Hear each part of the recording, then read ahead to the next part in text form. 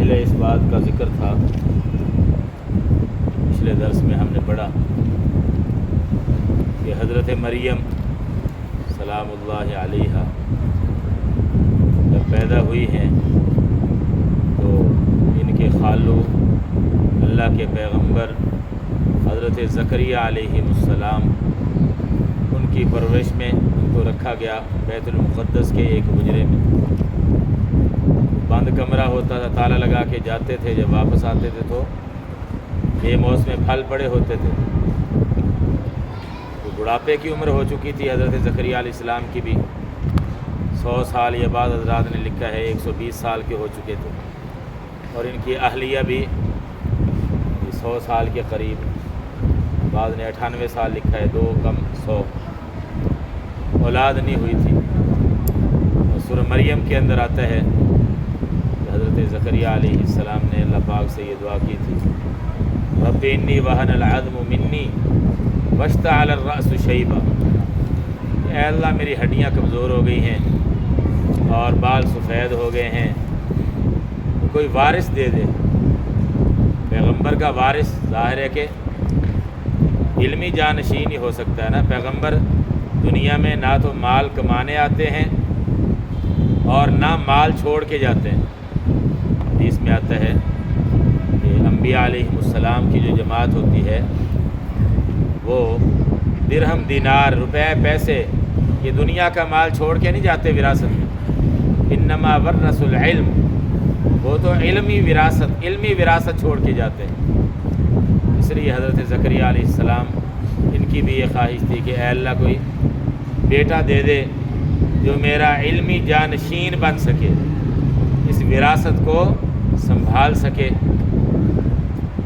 تو یہاں حضرت مریم کے پاس جب بے موسم پھل دیکھے تو حضرت زکریہ علیہ السلام نے دعا مانگی اللہ پاک سے، اے اللہ ذریۃ طیبہ، پاکیزہ اولاد عطا فرما دو۔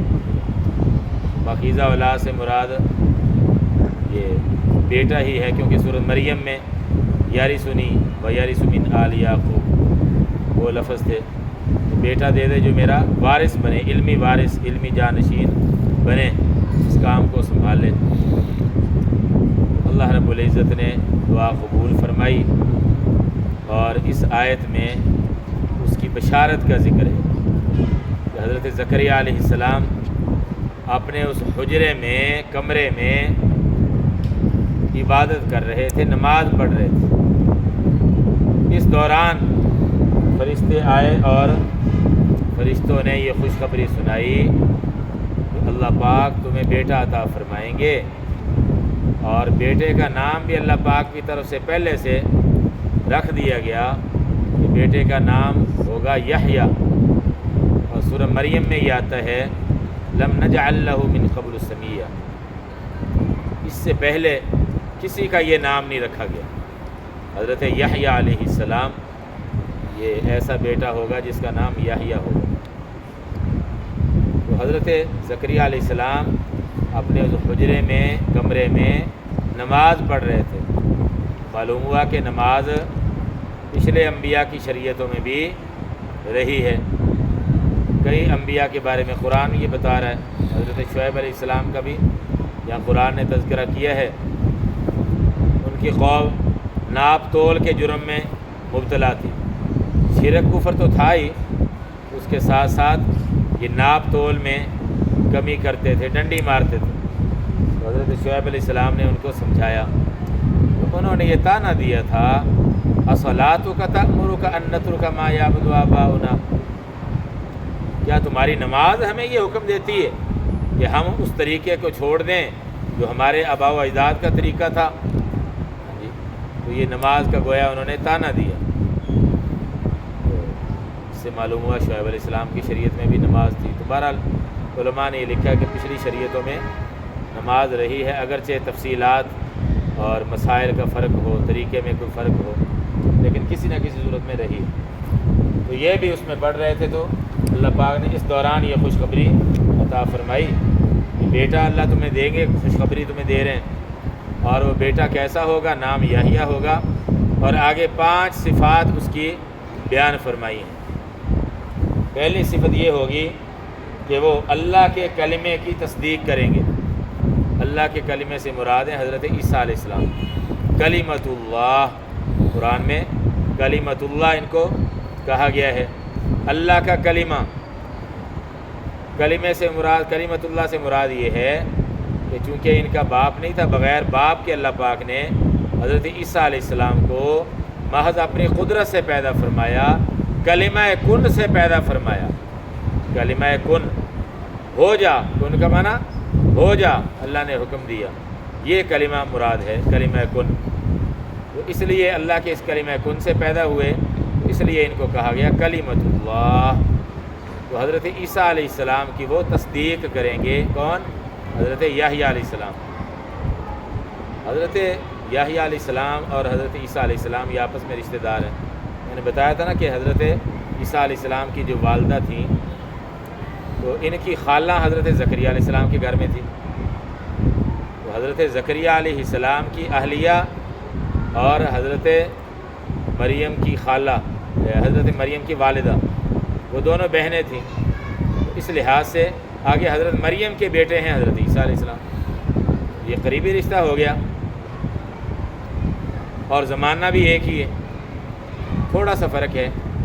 حضرت یحییٰ علیہ السلام پہلے پیدا ہوئے ہیں، اور بعد نے تو لکھا ہے، بعض روایات میں آتا ہے کہ 6 مہینے کا فرق ہے صرف، حضرت یحییٰ علیہ السلام پہلے آئے، اور حضرت عیسیٰ علیہ السلام وہ تھوڑا عرصہ بعد میں پیدا ہوئے، اور یہ دونوں ہی اللہ کے نبی تھے، اللہ کے پیغمبر تھے۔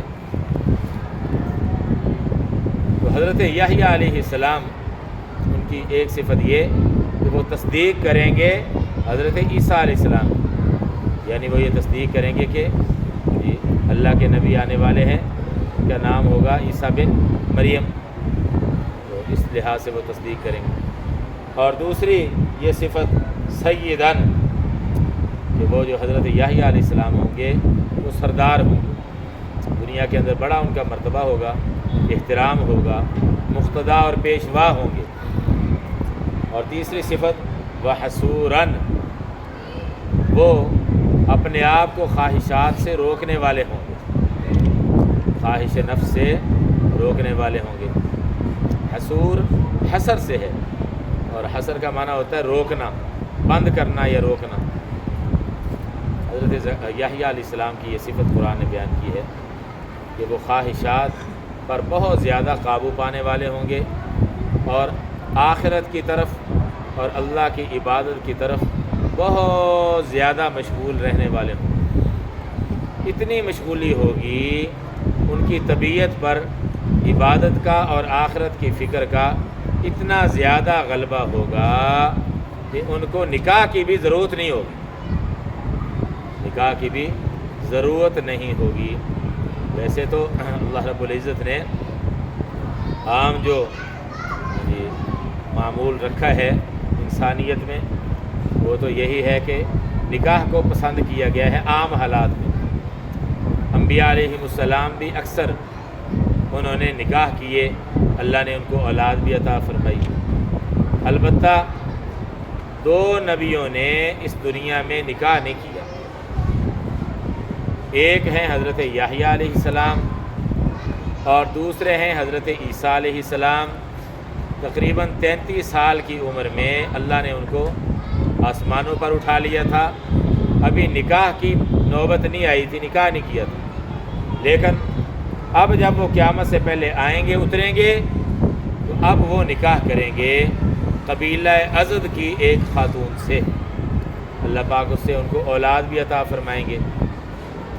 لہذا اب انبیاء میں سے 1,24,000 تقریباً انبیاء میں سے ایک نبی ایسے رہ گئے جنہوں نے نکاح نہیں کیا، باقیوں نے تو نکاح والی زندگی گزاری یا گزاریں گے حضرت عیسیٰ علیہ السلام، لیکن ایک نبی ہیں حضرت یحییٰ علیہ السلام جنہوں نے بغیر نکاح کے زندگی گزاری۔ تو علماء یہ فرماتے ہیں یہ صرف ان کی خصوصیت ہے، ورنہ عام سنت یہی ہے، اور باقی سارے نبیوں کی سنت یہی ہے۔ حدیث میں آتا ہے 4 من سنن المرسلین، 4 چیزیں وہ پیغمبروں کی سنت ہے، یعنی مشترکہ سنت ہے۔ 4 چیزیں پیغمبروں کی مشترکہ سنت ہے۔ نمبر 1 حیا، شرم و حیا۔ نمبر 2 عطر، خوشبو لگانا۔ نمبر 3 مسواک کرنا۔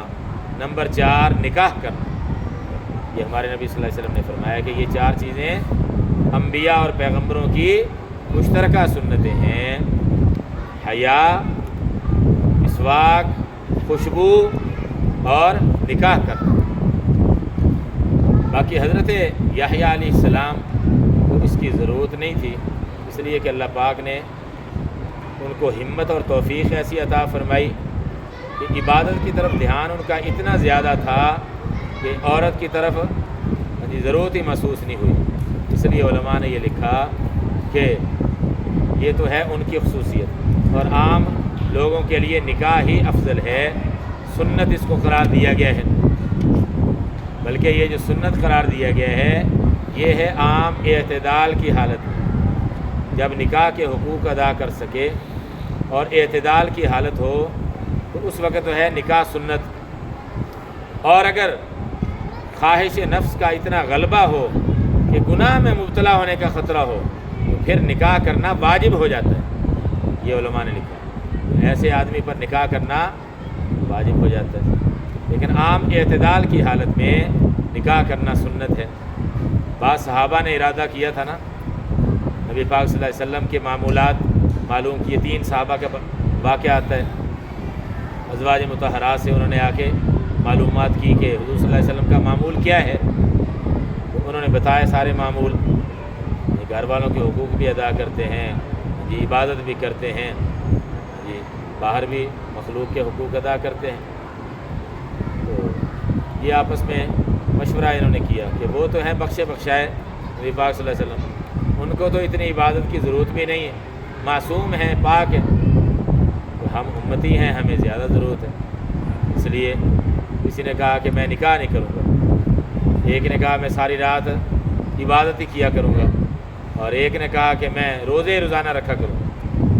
نبی پاک صلی اللہ علیہ وسلم کو جب پتہ چلا تو تنبیہ فرمائی، فرمایا کہ النکاح من سنتی، نکاح تو میری سنت ہے، فمن رغب عن سنتی فلیس منی، جس نے میری سنت سے اعراض کیا، جس نے میری سنت سے منہ موڑا، فرمایا اس کا میرے ساتھ کوئی تعلق نہیں، یعنی وہ میرا سچا امتی نہیں ہے، میرے ساتھ اس کا صحیح تعلق نہیں۔ اس لیے اس کو سنت بلکہ بڑی فضیلت والی عبادت قرار دیا، ایمان کی تکمیل کا ذریعہ اس کو قرار دیے ہے، لیکن یہ اس کے لیے ہے جو نکاح کی ذمہ داریوں کو ادا کرنے کی استطاعت رکھتا ہو۔ اس لیے حدیث میں فرمایا یا معاشر الشباب من استطاع منکم الباء فلیتزوج، اے نوجوانوں تم میں سے جو نکاح کی اور اس کے حقوق ادا کرنے کی استطاعت رکھتا ہو اس کو چاہیے کہ نکاح کر لے۔ اور آگے 2 فائدے بیان کیے، فإنہ اغض للبصر واحسن للفرج واحسن للفرج، اس لیے کہ اس کی برکت سے نگاہ نیچی ہو جاتی ہے اور شرمگاہ کی حفاظت ہوتی ہے، آدمی برائی سے بچ جاتا ہے نکاح کی برکت سے، گناہ میں مبتلا ہونے سے بچ جاتا ہے، گناہ کے امکانات بہت کم ہو جاتے ہیں۔ یہ نکاح کا فائدہ بیان کیا، اور قرآن نے یہ بھی فائدہ بیان کیا نکاح کی برکت سے اللہ پاک مال میں بھی برکت عطا فرما دیتے ہیں، رزق میں بھی برکت ہو جاتی ہے، ایمان کی بھی حفاظت، گناہوں سے بھی بچنے کا ذریعہ اور ثواب بھی ملتا ہے۔ اس لیے بہت سارے علماء اور فقہاء کی یہ رائے ہے کہ نفلی عبادت میں مشغول ہونے سے نکاح کرنا زیادہ افضل۔ ایک آدمی کہتا ہے بس میں نفل ہی پڑھتا رہوں گا، میں نکاح نہیں کروں گا، اور دوسرا نکاح بھی کرتا ہے، بیوی کے حقوق بھی ادا کرتا ہے، بچوں کے حقوق بھی ادا کرتا ہے، فرمایا یہ آدمی اس سے زیادہ افضل ہے۔ بہرحال حصوراً یہ صفت صرف حضرت یحییٰ علیہ السلام کی تھی، اس لیے علماء نے فرمایا کہ جو حضرت یحییٰ علیہ السلام جیسا ہو، جس کی طبیعت ایسی ہو تو ٹھیک ہے وہ نہ کرے، لیکن ایسا بہت مشکل ہے، تو عام حالات میں نکاح کی ترغیب ہے اور اس کو سنت قرار دیا۔ اگلی صفت ونبیًا، وہ نبی ہوں گے، یعنی حضرت یحییٰ علیہ السلام اللہ کے نبی بھی ہوں گے اور آگے 5ویں صفت من الصالحین، وہ نیک لوگوں میں سے ہوں گے۔ اب ایک تو ہے نیک لوگ، یہ نیک ہونا اس کے درجات کئی ہیں نا، ایک تو عام آدمی کے لیے نیک ہونے والا معیار، اور ایک ہے نبی کے نیک ہونے کا معیار، وہ ظاہر ہے کہ بہت بلند ہوتا ہے۔ نبی بھی نیک ہوتا ہے لیکن عام لوگوں سے اس کی نیکی کا معیار سب سے بلند ہوتا ہے، تو یہاں یہی مراد ہے۔ تو بعض مفسرین نے یہاں لکھا کہ اس میں اصل میں رد ہے یہودیوں پر،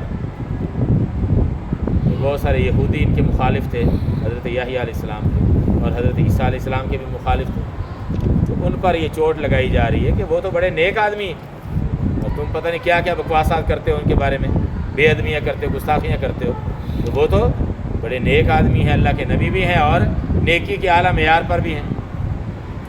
ترجمہ دیکھ لیں، فنادت ہو، نادت یہ فعل ماضی ہے، پس پکارا یا آواز دی ہو اس کو، یعنی حضرت زکریا علیہ السلام کو، پیچھے ذکر ہے نا ہنالک دعا زکریا ربہ، اسے پچھلی آیت میں، فنادتہ الملائکۃ، بس ان کو پکارا یعنی اس کو آواز دی فرشتوں نے۔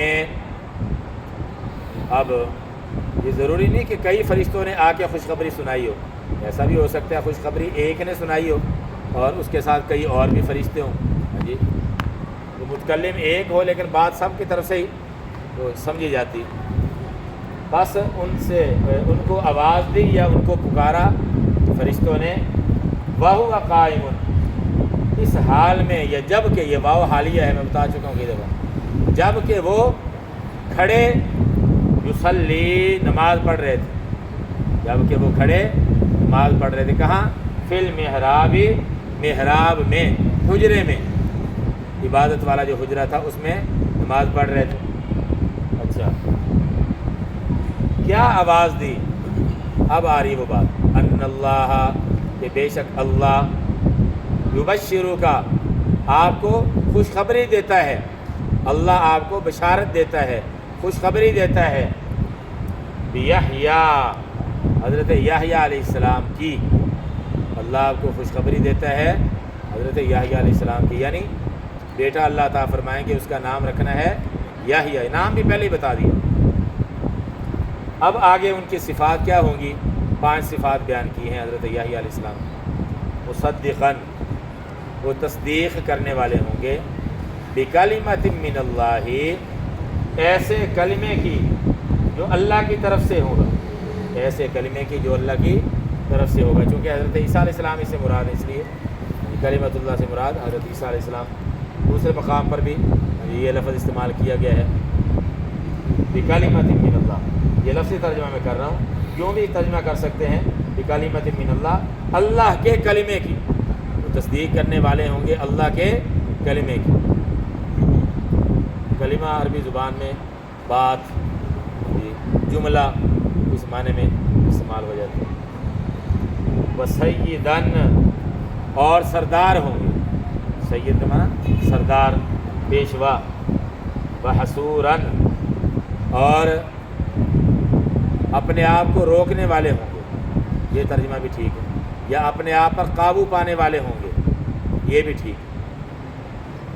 ونبیًّا، اور نبی ہوں گے، من الصالحین، نیک لوگوں میں سے ہوں گے، صالحین نیک لوگ، اللہ پاک نیک صفات عطا فرمائے۔ الحمدللہ رب العالمین، والصلاۃ والسلام علی رسول الکریم۔ ربنا آتنا فی الدنیا حسنۃ وفی الآخرۃ حسنۃ وقنا عذاب النار۔ ربنا تقبل منا انک انت السمیع العلیم وتب علینا انک انت التواب الرحیم۔ صلی اللہ تعالی علی خیر خلقہ محمد وآلہ وصحبہ اجمعین، آمین برحمتک یا ارحم۔